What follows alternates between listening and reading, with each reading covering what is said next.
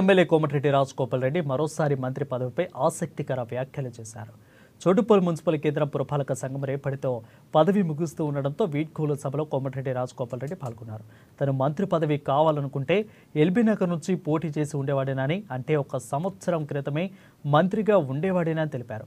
కానీ నాకు మునుగోడు ప్రజలతో ఉన్న అవినాభావ సంబంధంతో మళ్లీ ఇక్కడి నుంచి పోటీ చేశానని అన్నారు. పార్టీ మారినా వచ్చినా నాకు డబుల్ మెజారిటీతో మునుగోడు ప్రజలు గెలిపించారని తెలిపారు. 2018 ఎన్నికల్లో రాష్ట్ర వ్యాప్తంగా అతిరథ మహారథులు ఓడిపోయారు, కానీ మునుగోడు ప్రజలు నన్ను గెలిపించారని, వారికి జీవితాంతం రుణపడి ఉండి వారి సేవలను చేస్తానని తెలిపారు. ఎల్బీ నగర్కి పోటీ చేస్తే మంత్రి పదవి ఇష్టపడ్డాను హైదరాబాద్ కోటలో.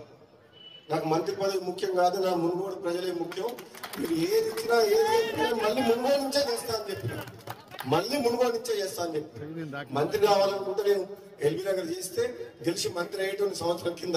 అది కాదు ఇంపార్టెంట్, ప్రజలతో అనుబంధం ఏర్పడ్డది, వాళ్ళకి ఎంతో నమ్మకం ఏర్పడ్డది. నాకు గతంలో కూడా 2018లో అతిరథ మహారథులు కాంగ్రెస్ పార్టీ నుంచి ఓడిపోతే కూడా మునుగోడు గడ్డ ప్రజలు నన్ను గెలిపించింది. వాళ్ళకి ఇచ్చిన హామీలు నెరవేర్చలేదు, ఆనాటి ప్రభుత్వం లేదు, రాజీనామా చేసి పోరాటం చేసిన మళ్ళీ అదే గడ్డ ప్రజల మీద తోటి వాళ్ళ ఆశీర్వాదంతో గెలిచి వాళ్ళ కష్టసుఖాల్లో పాలు పంచుకోవడమే నా ఏకైక లక్ష్యం, ధ్యేయం అని చెప్పేసి మళ్ళీ ఇక్కడికి వెళ్ళి పోటీ చేస్తే ప్రజలు ఈసారి దానికంటే డబుల్ మెజార్టీతో గెలిపించి పంపించారు. అందుకనే వాళ్ళ రుణం తీర్చుకోవాలంటే ఎన్ని గంటలు పనిచేసినా ఎంత పని చేసినా తక్కువే.